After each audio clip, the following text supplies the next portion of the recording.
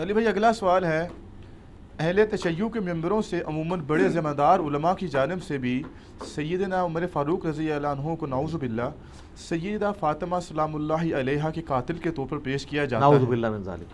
اور اس سے بھی بڑھ کر خطرناک بات یہ ہے کہ سیم اسی طرح کی گفتگو آپ کے مرشد مولانا اسحاق فیصل آبادی صاحب نے بھی فرمائی ہے۔ علی بھائی اس حوالے سے آپ کا موقف کیا ہے؟ میں موقف تو اپنا بعد میں دیتا ہوں نا، پہلے تو یہ مولانا اسحاق صاحب کے اوپر جو اہل حدیث نے جھوٹ باندھا ہے نا، اللہ تعالیٰ ان کو ہدایت دے۔ ان لوگوں نے مولانا اسحاق صاحب کے ساتھ 2 نمبری کی ہے، اور اس کے باوجود مولانا اسحاق صاحب نے اپنی زندگی میں ویڈیو ریکارڈ بھی کروا دی تھی، کلیریفیکیشن دی تھی کہ آپ نے میری ویڈیو آؤٹ آف کنٹیکسٹ پیش کی ہے۔ 40 اہل حدیث علماء نے مل کے ان کے اوپر گمراہی کا فتویٰ لگایا، حالانکہ مولانا اسحاق صاحب نے ریٹن میں ان کو دیا تھا کہ میری یہ بات یوں نہیں یوں تھی۔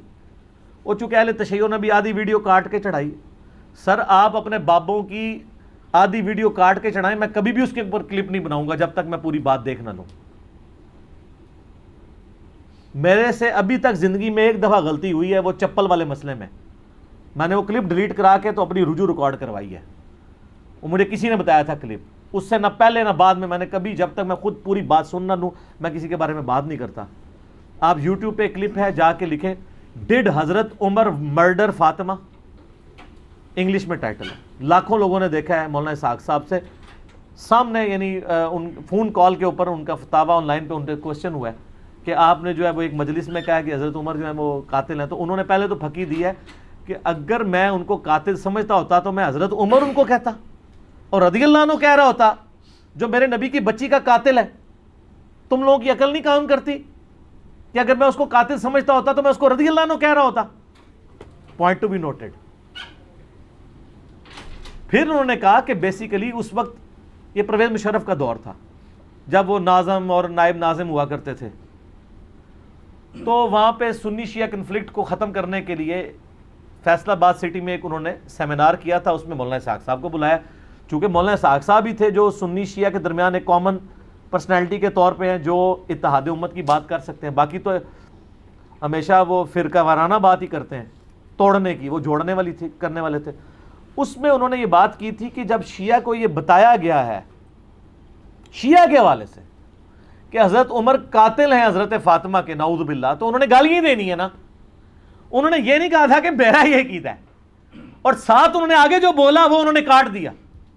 وہ ویڈیو وہ بھی لاکھوں لوگوں نے دیکھی ہے، پڑی ہوئی ہے، وہ آپ اوریجنل ویڈیو بھی دیکھ لیں بغیر کٹنگ کے۔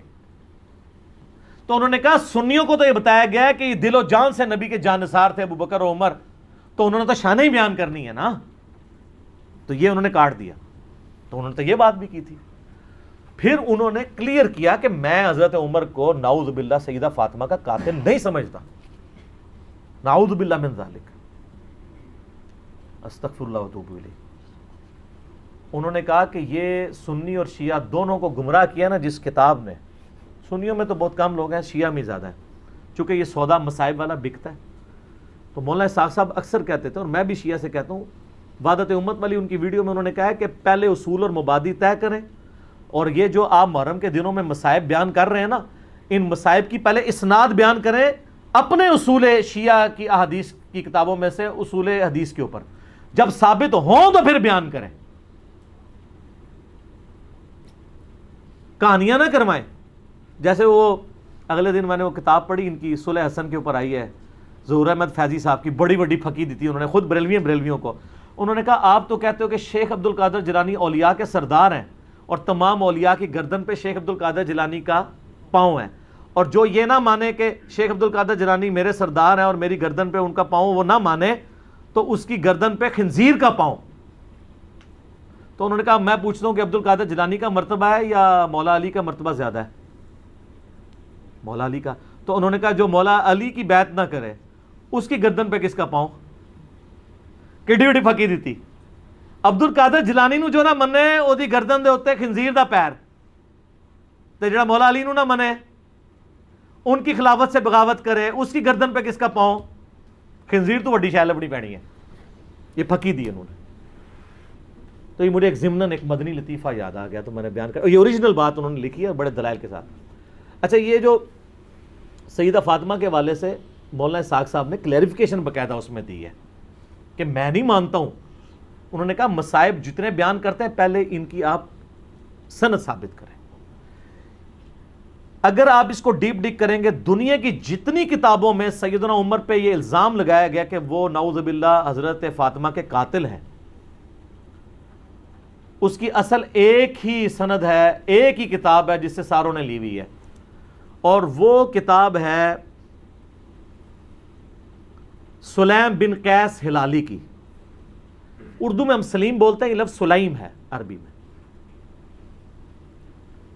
یہ کہتے ہیں حضرت علی کے اصحاب میں سے تھا، تابعی تھا، ان کے ساتھیوں میں سے تھا. جب حجاج ابن یوسف نے شیعان علی کے اوپر ظلم کیے تو یہ چھپ کے ابان بن ابی عیاش کے گھر میں اس نے پناہ لی، پوری زندگی اس کے ساتھ رہا. مرتے مرتے یہ کتاب اس کے حوالے کی اور کہا کہ میں تو جا رہا ہوں، تو یہ کتاب امانت ہے تیرے پاس، امت تک پہنچانی ہے. اس کے بعد ابان بن ابی عیاش اس کتاب سے روایتیں بیان کرتا تھا. اب یہ نہیں پتا کہ یہ روایت اس کتاب میں لکھی بھی ہوئی تھی کہ نہیں، یہ وہ خود سے بیان کرتا تھا، کیونکہ ابان بن ابی عیاش خود کذاب ہے. کذاب بندہ اگر روایت بیان کر رہا ہو تو اس کی اتھینٹسٹی خود ہی ختم ہو جاتی ہے. ابان بن ابی عیاش وہ ہے جس کو صحیح مسلم کے مقدمے میں امام مسلم نے لکھا ہے کہ یہ کذاب جھوٹا راوی ہے. بلکہ دو تابعین تبع تابعین آپس میں ملاقات کرتے ہیں تو اور وہ اس کو بتاتا ہے کہ میں نے جو ہے وہ 1000 سے زیادہ حدیثیں ابان بن ابی عیاش سے سنی ہیں. اور وہ کہتا ہے پھر میں نے نبی الاسلام کی خواب میں زیارت کی تو آپ نے صرف 5 یا 6 حدیثوں کی تصدیق کی، باقی سب پہ آپ نے فرمایا میری حدیثیں ہی نہیں ہیں. ابان بن ابی عیاش کا یہ حال ہے. یہ 140 ہجری میں یا 146 ہجری میں فوت ہوا ہے. کذاب. یہ اس نے واقعہ گھاڑ کے بیان کیا ہے. دنیا میں جہاں بھی آپ کو واقعہ ملے گا نا، ابان بن ابی عیاش کے حوالے سے ملے گا، اور وہ کہے گا جی مجھے جو کتاب ملی تھی سلیم بن قیس ہلالی کی اس سے. اور یہ نہ سمجھیے گا یہ صرف سنی سے کہہ رہے ہیں کذاب ہے. علامہ خوئی جو ہیں اہل تشیع کے، وہ بھی کذاب سمجھتے ہیں اسے. شیعہ کے نزدیک بھی جھوٹا راوی ہے، لیکن یہ سودا چونکہ وہ ذاکرین نے بیچنا تھا، اور مجھے دکھ ہے بعض علماء بھی یہ سودا بیچ رہے ہیں شیعہ کے. ان کو تو کم از کم شرم و حیا کرنی چاہیے کہ اس کی سند ثابت بھی ہے کہ نہیں. پہلے تو سند کے ساتھ واقعہ ثابت کریں، اگلی بات تو بعد میں ہوگی. جب ایک چیز ثابت ہی نہیں ہے اور آپ وہ سودا بیچ رہے ہیں اور اتنی بڑی بات کر رہے ہیں، بالکل جھوٹا واقعہ ہے یہ. کوئی سیدنا عمر قاتل فاطمہ نہیں ہے، ورنہ مولا علی پوری زندگی کبھی بھی کمپرومائز نہ کرتے. مولا علی کو یہ حدیث نہیں پتا تھی، بخاری و مسلم دونوں میں حدیث ہے، فاطمہ میرے جگر کا ٹکڑا ہے، جس نے فاطمہ کو تکلیف دی اس نے مجھے تکلیف دی، اور جس نے فاطمہ کو قتل کیا ہو مولا علی اس کے ساتھ ہوں، اور اپنی بچی کا رشتہ ام کلثوم کا اس کو دے دیں. اور یہ وہ چیز ہے جو شیعہ کی کتابوں میں موجود ہے. وہ تعویل کرتے ہیں کہ جی وہ زبردستی لیا تھا. انکاری کوئی نہیں ہے، ذاکرین انکاری ہو جائے، ذاکرین تو ہے ہی جاہل ہے نا، ان کے پاس تو علم ہے ہی نہیں ہے. حضرت عمر چاہتے تھے میری اہل بیت کے ساتھ نسبت کام آئے مجھے قیامت والے دن، تو حضرت علی سے ان کی بچی کا رشتہ مانگا. تو اس طرح ہوتا. پھر حضرت علی رضی اللہ تعالیٰ عنہ چیف جسٹس کا عہدہ قبول کرتے حضرت عمر کے دور کے اندر کہ تو میرے بیوی کا قاتل ہے تو ہاں میں تیرا عہدہ قبول کرتا ہوں. اور ناج البلاغہ سے میں نے خطبہ بتایا، جنگ قادسیہ میں جانے سے روکا ہی مولا علی نے کہ عمر اگر تو مارا گیا تو پیچھے ہمارا ستیہ ناس ہو جائے گا. ان کی جان کو قیمتی سمجھتے ہوتے، اپنے بیوی کی قاتل، اور بیوی نہیں صرف جنتی عورتوں کی سردار. بخاری مسلم میں حدیث ہے میری بیٹی فاطمہ جنتی عورتوں کی سردار ہے، اور ترمذی میں آگے الفاظ ہیں حسن و حسین جنتی نوجوانوں کے سردار ہیں. تو ہم تو مولا علی کے ساتھ کھڑے ہیں بھائی علیہ السلام. وہ شیخین کے ساتھ رہے، خلفائے ثلاثہ کے ساتھ رہے. میرا یوٹیوب پہ کلپ ہے خلفائے ثلاثہ کی شان مولا علی کی زبانی نہج البلاغہ سے، سنی کتابوں سے نہیں، شیعہ کی نہج البلاغہ سے. لاکھوں لوگوں نے دیکھا ہے، HD کیمرے میں نے سارے خطبات دکھائے ہیں. یہ بالکل جھوٹ ہے کہ وہ نعوذ باللہ سیدہ فاطمہ کے قاتل تھے، اور کہتے ہیں دروازہ پھینک دیا. اللہ کے بندو دروازے تو اس ٹائم ویسے ہی کوئی نہیں تھے. ہاں میں قرآن سے ثابت کرتا ہوں. قرآن میں آیا جب کسی کے گھر جاؤ تو اجازت لو. اعلیٰ ہونا چاہیے تھا دروازہ کھٹکھٹاؤ، کیونکہ اگلے زمانوں میں ابھی بھی گاؤں ایریا میں آپ چلے جائیں تو صرف پردے لٹکے ہوتے ہیں، باہر سے صرف آواز لگاتے ہیں میں اندر آ سکتا ہوں، عورتیں پردہ کر لیں چلے جاتے. اسی لیے تو مسلم شریف میں حدیث آتی ہے نا کہ نبی علیہ السلام کی چارپائی کے نیچے وہ ایک کتے کا پلہ چلا گیا تھا تو حضرت جبرائیل اندر ہی نہیں آئے تھے. اوریجنل سگے مدینہ، اصلی مدینے دا کتا ٹر گیا سی تے جبرائیل نہیں سنائے. پھر اس کو نکالا تو پھر وہ جبرائیل علیہ السلام آئے، ان کا ہم کتے والے گھر میں نہیں جا سکتے. سگے مدینہ والا بھی میرا کلپ دیکھ لیں. تو وہ سگے مدینہ کیسے پہنچ گیا اندر؟ صرف پردہ ہوتا تھا. آج بھی آپ اپنا دروازہ ختم کریں، پردہ لگائیں، بلیاں، کتے، یہ سارا کچھ آنا شروع ہو جائیں گے گھر، کیونکہ وہ کچن کے اندر پہنچیں گے. چوہے چونکہ ان کو وہ چھوٹی سی جگہ سے بھی نکل جاتے ہیں، اس لیے ان کو اجازت لینے کی ضرورت نہیں پڑتی. چوہے تو ماشاءاللہ آپ کے گھروں میں ہوں گے ہی، آپ کو پتہ ہی ہوگا، بھگترے ہوتے ہیں سارے. چوہے تو پینٹاگون کے اندر اتنے ہیں، آپ پتہ ہے ان کو بھی آئے دن وہ سیلنگ اتار کے تو سپرے کرنے پڑتے ہیں. چوہے تو سر امریکہ میں نہیں جیت سکتا، ایڈی وڈی شے ہے چوہا. تو دروازہ کو نہیں گرایا، وہ پردے ہی ہوتے تھے، دروازہ وغیرہ کو نہیں گرایا. یہ بالکل جعلی بات ہے، جھوٹی بات ہے، اور یہ فٹ ان نہیں بیٹھتی ہے. باقی ایک اس میں عرض کر دوں خطرناک بات. المصنف ابن ابی شیبہ میں ایک روایت ہے کہ حضرت علی کے گھر میں خلافت کے حوالے سے مشورے چل رہے تھے، اگرچہ حضرت ابوبکر صدیق کو وہ ایک حادثاتی طور پہ سقیفہ بنی ساعدہ میں خلیفہ چن لیا گیا. تو اس روایت میں آتا ہے کہ حضرت عمر آئے اور سیدہ فاطمہ کے گھر کے باہر کھڑے ہو کے انہوں نے کہا، اے فاطمہ آپ رسول اللہ کی بیٹی ہیں اور ہمیں دنیا میں رسول اللہ کے بعد سب سے بڑھ کر عزیز ہیں، لیکن مجھے پتہ چلا ہے کہ یہ زبیر اور علی اور انصار مدینہ آپ کے گھر میں مشورے کرتے ہیں آ کے خلافت کے حوالے سے، جبکہ آپ کو پتہ ہے کہ حضرت ابوبکر کو خلیفہ چن لیا گیا ہے. آپ لوگوں نے بیعت نہیں کی ہے، وہ آپ کا اپنا حق ہے، لیکن اس کی وجہ سے مسلمانوں کی اگر آپ جمعیت کو توڑیں گے تو میں آپ کو وارن کرنے آیا ہوں کہ آئندہ مجھے اگر ایسی اطلاع ملی تو میں آپ کے گھر کو آگ لگا دوں گا. یہ روایت ہے المصنف ابن ابی شیبہ میں. اس سے بڑی بدبختی یہ ہے کہ بعض سنی علماء اس حدیث کو صحیح بھی سمجھتے ہیں. ہمارے جہلم شہر میں نا شیخ زبیر علی زئی صاحب کے نافرمان شاگرد غلام مصطفیٰ ظہیر صاحب حفظہ اللہ تعالی من الجنت والناس، انہوں نے باقاعدہ السنہ رسالے میں اس حدیث کا دفاع کیا ہے. اور ان کا اگر کوئی اس حدیث پہ یہ کہے گا نا کہ اس حدیث سے تو حضرت عمر کے بارے میں یہ مسئلہ کھڑا ہو رہا ہے، اور بخاری و مسلم حدیث ہے جس نے فاطمہ کا دل دکھایا اس نے میرا دل دکھایا، اور قرآن کی آیت ہے کہ جو اللہ اس کے رسول کو اذیت دیتے ہیں، ان الذین یؤذون اللہ ورسولہ لعنہم اللہ فی الدنیا والآخرہ، دنیا اور آخرت کی زندگی میں اللہ کی لعنت ہے ان پہ، ان کے لیے عذاب تیار کر رکھا ہے.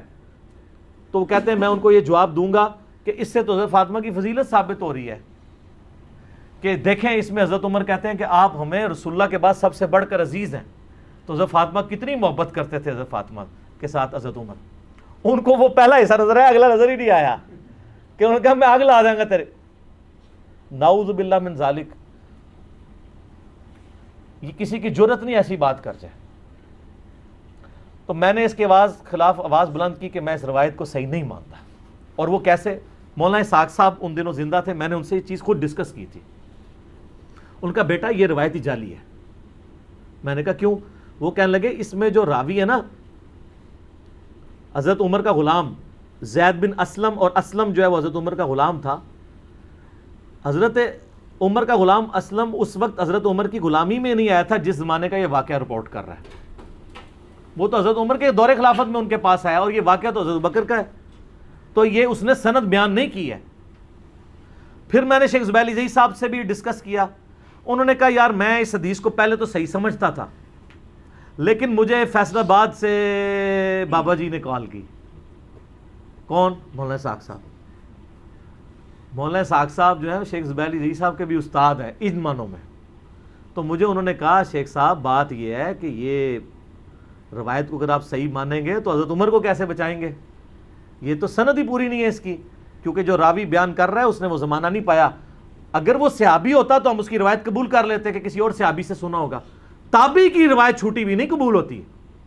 تو حضرت عمر کے بارے میں جو روایت ہے اس کو پھر شیخ زبیر صاحب کہتے ہیں کہ میں بھی اب اس کو صحیح نہیں مانتا.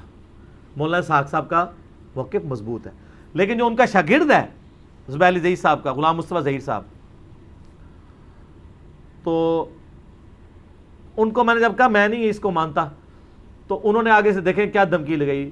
وہ کہتے ہیں کہ جی تم یہ کہو کہ اگر یہ روایت صحیح ہو تو تمہاری بیوی کو ایک مجلس میں 3 طلاقیں، کیونکہ غلام مصطفیٰ ظہیر صاحب کے نزدیک بھی ایک مجلس میں 3 طلاقیں اسٹیبلش ہو جاتی ہیں تینوں، اور رجوع نہیں ہو سکتا، اور زبیر لیزئی صاحب کے نزدیک بھی اور میرے نزدیک بھی.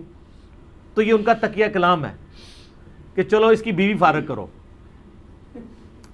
تو میں نے ان کو پتا کہ میں نے پھکی والا جواب دیا. میں نے کہا اگر یہ روایت صحیح ہو تو مسلک اہل حدیث کو 3 طلاقیں، جس مسلک میں حضرت عمر کی ایسی توہین بیان ہو، کیسی وڈی پھکی دی تھی. میں کہا میری بیوی نو نہیں تو آڈے فرقے نو 3 طلاقاں، جس فرقے میں یہ روایت صحیح ہو. یا سنہ رسالے میں دفاع کیا ہوا انہوں نے اس روایت کا. ہمارے نزدیک یہ روایت بالکل جعلی ہے، اور یہ نعوذ باللہ من ذالک انتہائی گستاخی ہے. چاہے کسی نے بھی کیا کہ حضرت فاطمہ کو جا کے کوئی دھمکی لگائے اس طریقے سے، تو دھمکی تک تو مصنف ابن ابی شیبہ سے چلیں، وہ لولے لنگڑے محدثین کا سہارا لے کے جو آج کے دور کے جو صحیح کہتے ہیں. امام ابن ابی شیبہ نے تو تحقیم نہیں کی ہوئی ہے، وہ معاملہ چلا لیتے ہیں، لیکن اگلا جو واقعہ وہ تو کہیں بھی نہیں لکھا ہوا. وہ کہتے ہیں جی جب دھمکی دی تھی تو پھر لگا بھی دیتی ہوئے گی تو مار بھی دیتا ہوئے گا. وہ آگے پھر اس کے آگے سٹوری جوڑ لیتے ہیں.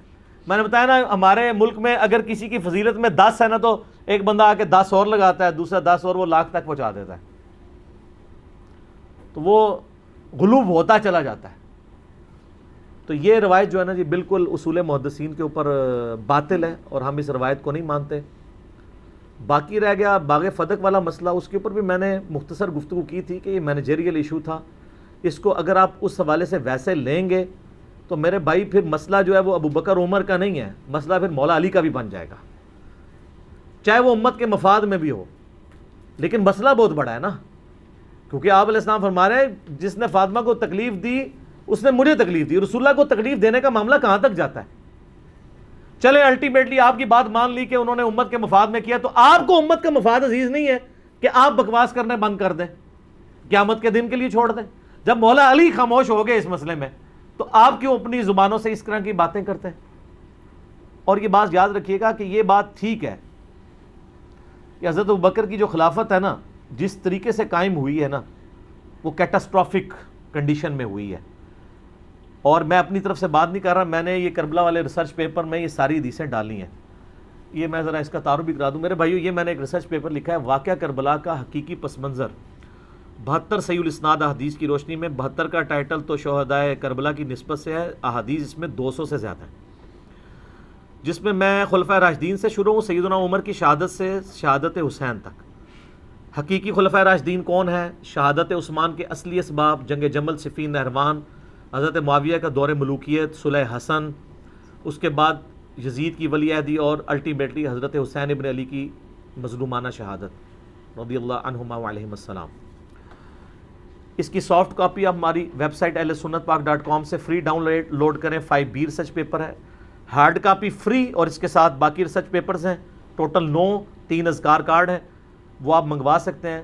صبح 9 سے مغرب تک ہماری اکیڈمی کا نمبر کھلا ہوتا ہے، +92 کے کوڈ کے ساتھ 3215900162، اور پاکستان سے کریں گے تو 032159000162. کال کریں، اپنا ایڈریس ٹیکسٹ میسج کریں، فری کاپی آپ کے گھر آ جائے گی. ایک کاپی تو ہم سب کو فری دیتے ہیں. تو اس میں نے یہ ساری حدیث بیان کی ہیں. اس میں حضرت عمر کا فتویٰ ہے، انٹرنیشنل نمبر کے مطابق صحیح بخاری میں ہے 6830. یہ بڑی ڈیٹیلڈ حدیث ہے بالکل. صحیح بخاری میں آتا ہے، عبداللہ ابن عباس کہتے ہیں کہ میں منا میں تھا، عبد الرحمن بن عوف اور امیر المومنین عمر ابن خطاب بیٹھے تھے، حضرت عمر کا دور تھا. تو کسی نے آ کے شکایت کی کہ لوگ تو بار چیما گوئے کر رہے ہیں کہ جب عمر مر جائے گا تو ہم فلاں شخص کو اپنا خلیفہ چن لیں گے. تو حضرت عمر کو غصہ آیا، انہوں نے کہا کہ ان کی جرت کہ مومنین کے مشورے کے بغیر خلیفہ چن لیں گے، مسلمانوں کے مشورے کے بغیر، میں یہیں پہ خطبہ دوں گا. تو عبد الرحمن بن عوف نے کہا امیر المومنین یہاں پہ تو ہر طرح کے لوگ آئے اور ابھی یہ بات پھیلی بھی نہیں، آپ واپس جا کے مدینہ شریف میں خطبہ دیجیے گا سینئر صاحب کو. اور اس پہ میں اکثر کہتا ہوں کہ اگر یہ یوٹیوب پہ بات آئی ہوتی نا، حضرت عمر کا یوٹیوب پہ کلپ چڑھتا، ظاہر ہے سپر پاور چیلنج ہو رہی تھی. آپ دیکھتے ہیں ذرا سا مسئلہ ہوتا ہے، ٹرمپ کا ٹویٹ آ جاتا ہے، وہ پھر پینٹاگون میں بیٹھ کے بات نہیں کرتا، وہ ٹویٹ کرتا ہے کہ سارے کان کھول کے سن لو.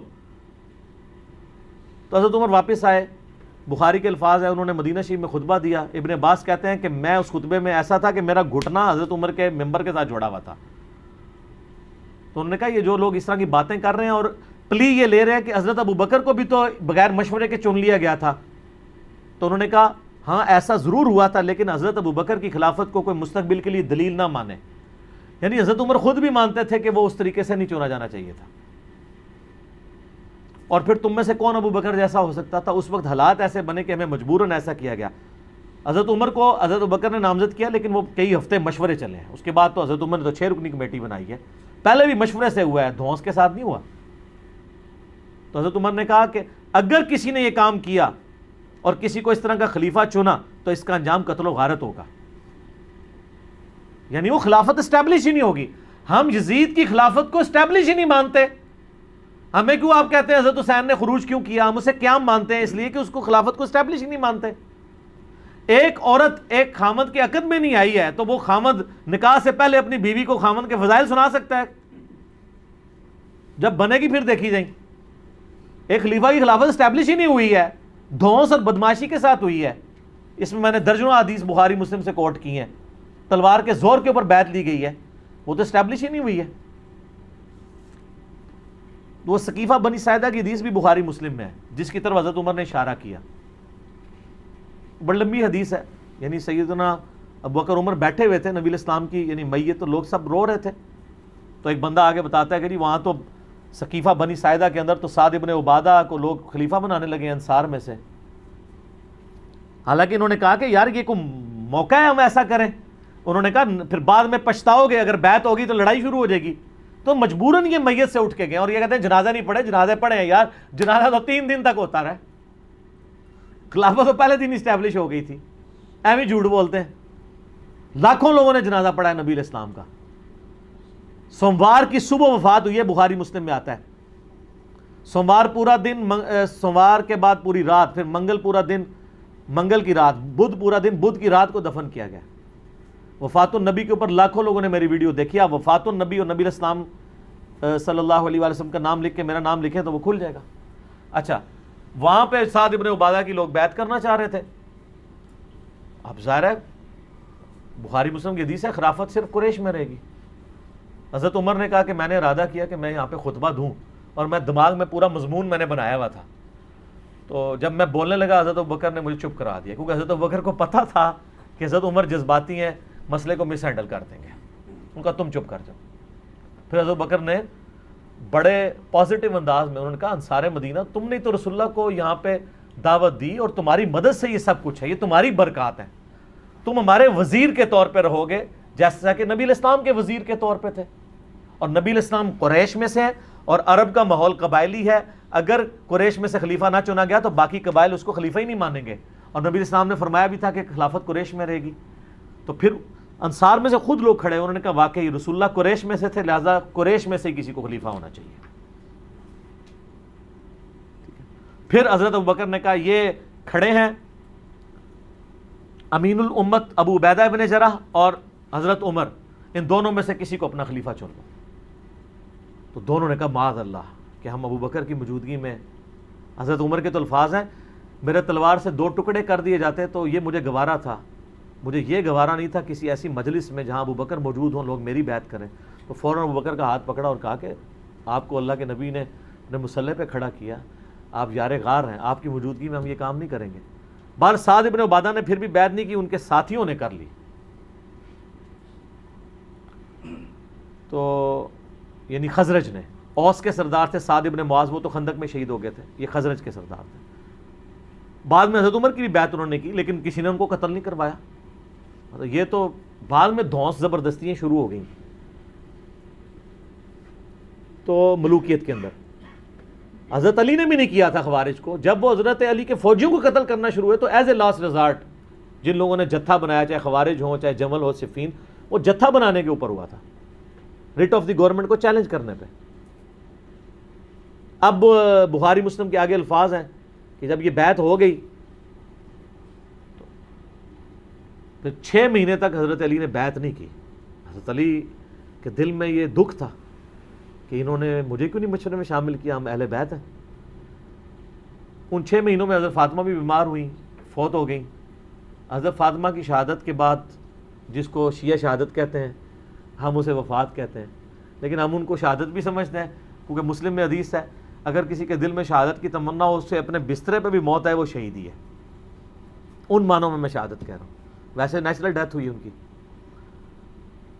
سیدنا علی نے پیغام بھیجا حضرت ابوبکر کی طرف۔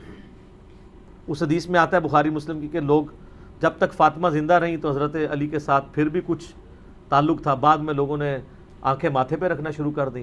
حضرت علی نے حضرت ابوبکر کو پیغام بھیجا کہ میرے گھر آئیں۔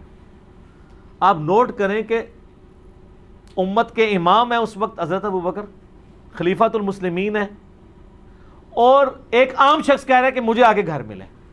وہ عام بندہ نہیں تھا، حضرت ابوبکر کو بھی پتا تھا یہ خلیفت نبی صلی اللہ علیہ وآلہ وسلم کے قریبی اہل بیت ہیں، اور میں خلیفت اور رسول ہوں، اس کا یہ مطلب نہیں ہے کہ میں اہل بیت سے اوپر ہو گیا ہوں۔ وہ آگے، اور حضرت علی نے کہا کہ دیکھنا عمر کو ساتھ نہیں لینا۔ یہ حضرت عائشہ روایت کر رہی ہیں، پوری حدیث بخاری مسلم میں، اور حضرت عائشہ کہتی ہیں کہ حضرت علی ناپسند کرتے تھے کہ عمر کو لایا جائے، کیونکہ حضرت عمر جذباتی تھے، اس وجہ سے، یہ نہیں کہ ویسے کوئی دشمنی تھی۔ تو حضرت عمر نے کہا میں آپ کو نہیں جانے دوں گا۔ ہائے ہائے، حضرت ابوبکر کہتے ہیں کہ واللہ رسول اللہ کے گھر والوں سے مجھے کوئی نیگیٹو امید نہیں ہے۔ ظاہر ہے اس زمانے میں آپ بلا کے کسی کو قتل کر دیں تو ختم۔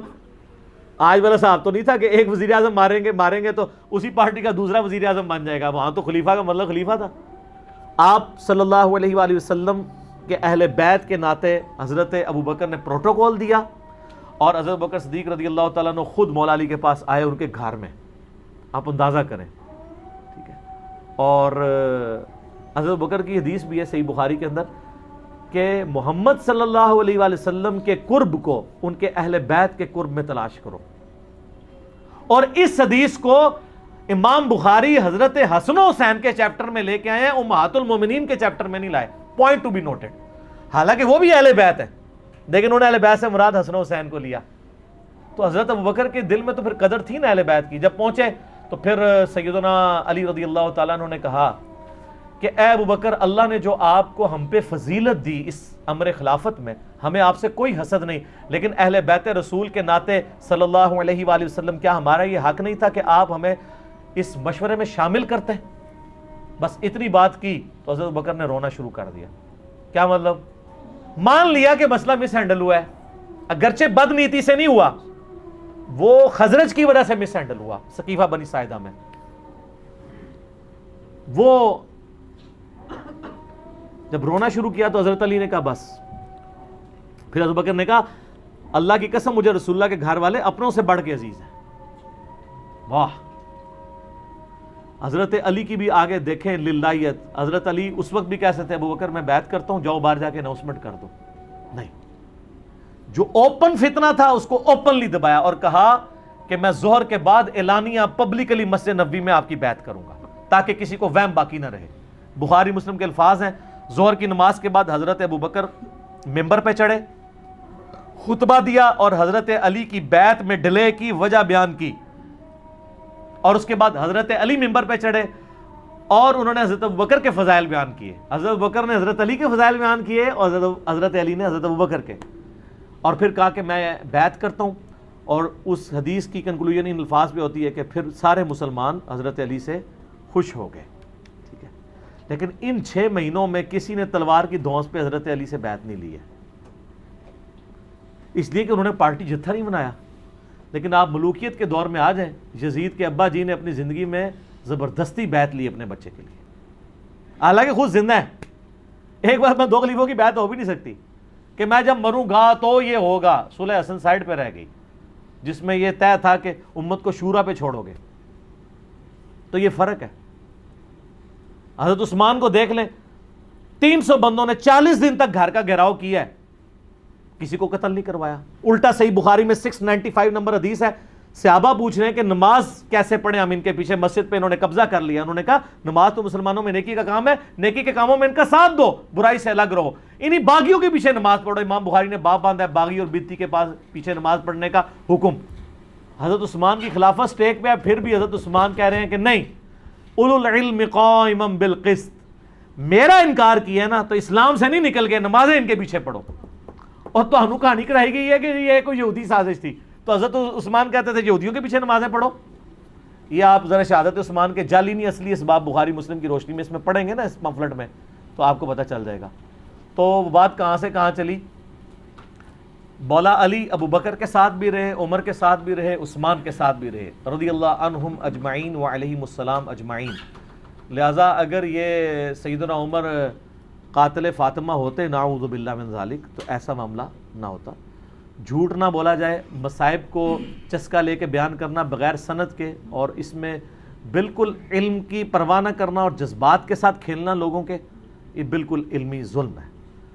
باقی میں نے حدیث قرطاس جو ہے وہ کاغذ قلم والی حدیث، وہ کہتے ہیں نا جی وہ نبی الاسلام کو آخری وقت میں وصیت نہیں لکھنے دی، اس کے اوپر 3 گھنٹے کا لیکچر دیا ہے. مسئلہ نمبر 55B وصی رسول کون ہے اور حدیث قرطاس کا تحقیقی جائزہ. میں نے ثابت کیا ہے کہ نبی علیہ السلام کا وصی قرآن ہے اور پولیٹیکل سکسیسر نبی علیہ السلام کی وصیت سے نہیں بلکہ صحابہ کی اجماع امت سے حضرت ابو بکر ہے. وصی کوئی بھی نہیں ہے. اس لیے ہم وصی رسول نہیں کہتے حضرت بکر کو، خلیفۃ الرسول کہتے ہیں. وصی کوئی نہیں، وصی قرآن ہے. ٹھیک ہو گیا جی.